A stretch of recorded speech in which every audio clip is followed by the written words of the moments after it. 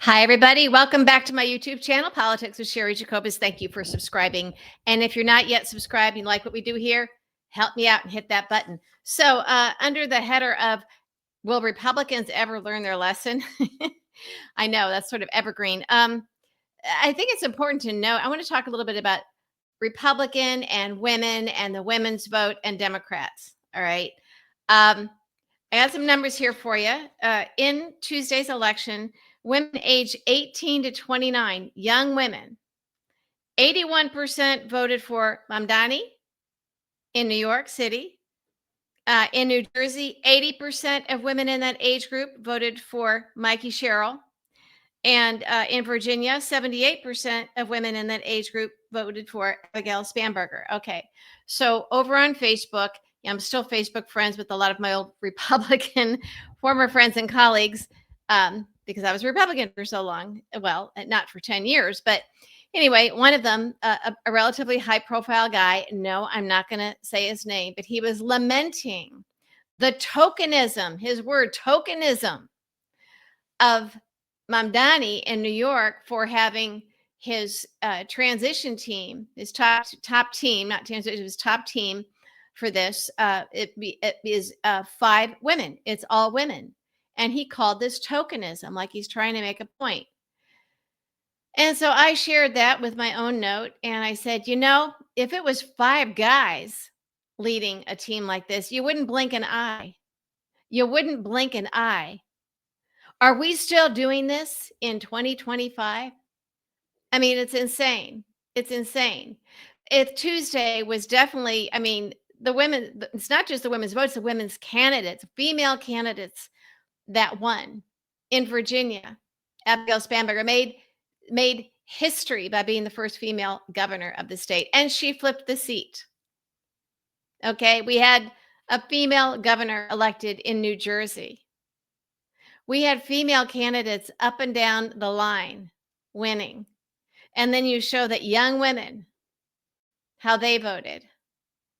And I just recorded my podcast a little while ago for this week with Eric Ham, a political analyst, and we were talking a little bit about this. And I said, I said, is this a reaction to, is it a failed strategy that MAGA GOP are putting out women as this kind of Barbie?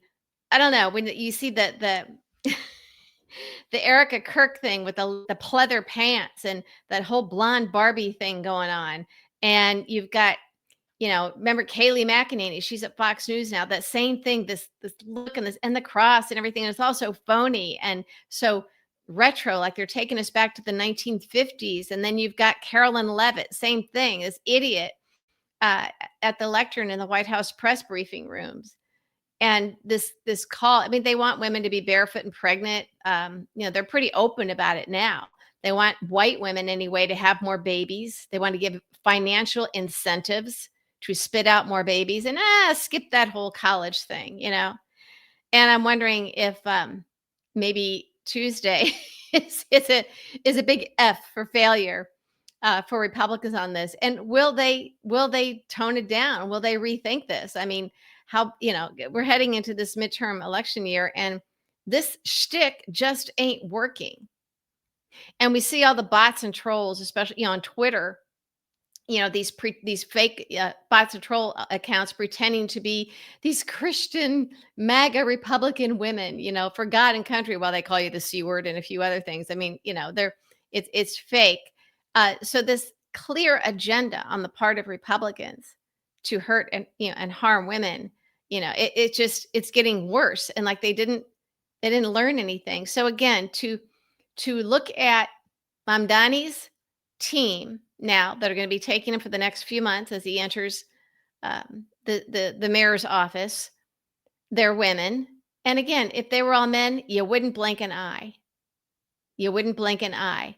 At that point, maybe somebody would say, you need to have a token woman in there so people don't get mad. I mean, Republican men still think that way. Well, so do some Democratic men. But I just found that to be so amazing, just in general, that we still have that, but especially after Tuesday's drubbing that Republicans took. And when you look at how young women are voting. So Keep it up, fellas. I'm sure it's going to work out really, really well for you. The other thing we have are the job numbers, where, let's see, we have this year over 1 million corporate jobs have been lost, have been cut. And just in October, 150,000 layoffs. Some of this is hard to track, because of the government shutdown. But this is the worst October for job losses since 2003. That's a long time. And so Trump again just lies about it, like he's lying about food prices and gas prices. Um, and maybe they thought that was really cute before Tuesday, but it's not working. So we see a little bit of the circular firing squad going on with Republicans in Washington, which I think is just fun to watch. Trump saying, hey, Tuesday wasn't my fault. I wasn't on the ballot. It's not a referendum on me. Yeah, it was, big guy. Very much a referendum on you. In fact, exit polling shows that people overwhelmingly said, yeah, they're voting to send the message about Trump and against Trump. And there were literally 0% who said they were voting in order to support Trump. That should explain a lot. And yet there they go. I don't know if Trump is now surrounding himself with people who just lie to him, Stephen Miller. I also wonder if we're going to be seeing Stephen Miller on TV quite as often as we used to. I'm guessing there might be some people, if they are going to be honest with Trump, they're going to say, maybe we need to rethink our strategy here and our spokes monsters that we put out there. I think it would be a good idea for them to fire Carolyn Levitt, but I hope they don't, because she's a disaster. Keep it up, guys. You just keep it up. See how this works out for you in the midterms. So Trump then is blaming the shutdown, at least on Republicans in Congress. Privately, he's saying, end this shutdown. Now he's blaming Democrats for the shutdown, even though Republicans have the White House, the House, and the Senate. And we know that Speaker Johnson won't even meet with Democrats unless he gets permission from Trump. So now Thune is decided to keep the Senate in over the weekend, today and over the weekend, to try and work something out. They're trying to find a way to pull out, the health subsidy issue from it by giving other goodies that Democrats might be okay with, opening up some of the key parts of government, such as SNAP, feeding people, some very essential things so that people aren't hurt. Because Republicans know that the public blames them, that voters understand that it is Republicans keeping the government closed. It is Republicans that want to cut their health care, increase their premiums by 3 times what they are, 2 and 3 times what they are. That'll put many people in the poorhouse. They know that it's Republicans that are cutting off SNAP. Even Trump is even defying a court order, fighting in court so that he can starve Americans, when he's being told to feed Americans who are on this program. He doesn't want to. So I don't know. It's like he wants things to happen. She's telling Thune, open up the government, end this shutdown. But yet he doesn't want to do what it takes to help Americans, because he's afraid that Democrats will get credit. He'll look like he's caving. So Donald Trump actually thinks that he looks better to voters by starving Americans than he would if he just obeyed a court order and opened up those SNAP emergency funds. And I'm thinking, okay, maybe he should do a secret poll on this. Maybe his hardcore MAGA base thinks that's great. Yeah, starve people, but they're all going to know people who are on SNAP, who are on food assistance. So I don't know. The question, did Republicans learn their lesson? I don't know. I think maybe not. Now, there will be enough. There will be some that are going to be feeling the heat back home. Our founders, they created this system where you have the House of Representatives that are up for election every 2 years. And then the Senate, so they're closer to the people, because you have to get reelected every 2 years. So they feel it. They're supposed to be, it was designed that they were supposed to be unruly, but responsive to the people, energetic in that regard. A lot of this back and forth thing, a lot of talking to the constituents. When they hear from the constituents, they have to act. That's how the House was designed by that was designed that way. And the Senate, by design, every 6 years, and staggered so they're not all up at the same time. They the system was designed so they could be a little bit aloof and arrogant, and more deliberative. So it's interesting that it's now the Senate that wants to act. The Senate that's trying to negotiate enough in a package where they pull out Obamacare, ACA, as an issue, maybe with a promise to deal with it later. The problem seems to be that it's Mike Johnson who won't commit to that. So it's kind of flipped. The dynamic seems to have flipped from what our founders intended when they created a system. Democracy is supposed to be hard. And that's why Trump barreling through our system of government. He thinks he's the Speaker of the House too. We have 3 branches of government for a reason. It is supposed to be difficult to harm Americans with policy. It is supposed to be difficult. You're not supposed to be able to just come in like a king. Hello. We just had a big No Kings protest a couple of weeks ago. This is why. Trump is used to being able to just give an order and break the law and get away with it. He's corrupt. He had a lot of corrupt support in New York all these decades. His father started it. So he gets away with this stuff. He's not used to having to work with other people. He thinks that's a strength. It's not. It's not. So as I predicted earlier this week, I do think that Republicans in the House, hearing from people back home, knowing that every one of them has to be up for re-election in a year, I do think that they are going to have to remove Mike Johnson as Speaker and get somebody in there who understands and remembers why and how the House of Representatives is supposed to operate. Okay? Mike Johnson doesn't appear to have learned any lessons from Tuesday, but they're going to have to start changing and respecting the Constitution and respecting the voters, respecting what this country is, at least a little bit. Mike Johnson ain't that guy. And this means swearing in the newly elected Democrat from Arizona. And yes, it means releasing the Epstein files. And yes, we're hearing that what's in there about Trump is worse than ever. So what are they going to do? What are they going to do? And I don't think it's just sex with underage girls. I think it could be something. It could be a lot worse on what he's done. But it's also a lot of money that shows he has been owned by Russia for a very, very long time. And the money, the Russia money and the whole Epstein thing, and I think that it shows that Trump was more than just a client. And we've heard some things. Our friend Lincoln's Bible has a lot on that. So Republicans have to, they have to stand up. Trump rules by fear, and they are afraid of him. They are afraid that he is so powerful and so popular that with one tweet or one Truth Social posting, he can ruin them or primary them. And you know what? I think that Tuesday shows that that's not true, that just the opposite is true. Marjorie Taylor Greene gets it. And you know what? I know who her chief of staff is. He used to be Tom DeLay's chief of staff. He's corrupt, but he's no dummy. And I think that they probably predicted a lot of this. She had already kind of broken ties with Trump. He wasn't going to help her. She wants to move up further. So she feels a little bit emboldened.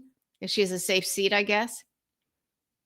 But they may have also understood that this year, in a midterm year, next year rather, we're almost there, Republicans in the House can't operate like they've been. And she might be, understanding that there will be Republicans who are going to have to start peeling away from MAGA and Trump. And maybe she feels like she'd like to be the first one to be the leader for that rather than a follower. But there will be followers. There will be others who do this. They have to survive. You cannot look at what happened on Tuesday and be okay with it. As I mentioned yesterday, Virginia, the state of Virginia, typically considered it's a southern state below the Mason-Dixon line. They say, oh, but the DC, Northern Virginia, that DC area and the coastal areas make it not so. They're all heavily Democratic. They're more like a mid-Atlantic. Well, you can't use that argument, oh, it's just Northern Virginia with all those Democrats that pulled the state for Spanberger. Well, they may have pulled the state for Spanberger, but when you look at the overall races in Virginia, Democrats flipped and took almost every county. The ones that are red areas, the South. And we saw that in Mississippi. A seat flipped from Republican to Democrat. Or maybe it was a couple. I just had those numbers. That's in the deep South, folks. You can't say, oh, those are just Democratic areas. No, Democrats are flipping seats in the deep South. That has to scare every congressional Republican in the South. Well, everywhere, but especially in the South where you think you're so safe. There could be a new realignment. So the sooner that House Republicans understand that the midterms are probably going to be lost to them because of Trump, they will all be scrambling to save themselves rather than save the majority. Remember, I said that. They're going to feel that they're on their own. They are going to save themselves, and they're not going to worry about saving the majority. And when enough of them do that, when they start figuring out what Tuesday means, then you've got a little. Then we're talking. Then we're talking. I think so. We still have Republicans, I think, losing the midterms. Of course, a lot can happen in a year. So I'm kind of what ifing here. But it also, I think, smothers a lot of the MAGA aspect of this. And I think that it's very possible you're going to see a significant number of Republicans who had to latch on to the MAGA, Republicans in the House, start sounding and acting and voting and negotiating more like Republicans in a pre-MAGA, pre-Trump era. And that would be a good thing. I still want them to lose, of course, and be in the minority for a very, very long time. But Trump was defeated on Tuesday. He was not on the ballot, but this was a loss for him. This was a loss at him. He is weakened. Of course, we see him asleep in his chair in the Oval Office when other people are around. Wow. So he looks weak. He sounds weak. He acts weak. He's demented. He doesn't know what he's doing. He's losing his marbles, saying and doing things that are just like, what? And if he keeps that up, maybe there would be, and this is a real big maybe, but depending how quickly and how forcefully House Republicans, maybe senators, but House Republicans at a minimum, have to start distancing themselves from him, it could come to the point where they got to look at him and go, man, this guy's out to lunch. Just get rid of him. I don't know if they would rather run with J.D. Vance in the White House. If they want to run in the midterms with J.D. Vance in the White House, I'm not sure Trump will be there in the midterms. If it helps Republicans to get him out for health reasons, he's dementia, the 25th, whatever it takes, then let's hope they do it. Enough of them do it to save themselves, even if they don't save their majority. And again, I do not want them to save their majority, but I'm just kind of looking at what I think are the possibilities of things that can happen, looking at the body language now. So fingers crossed, huh, folks?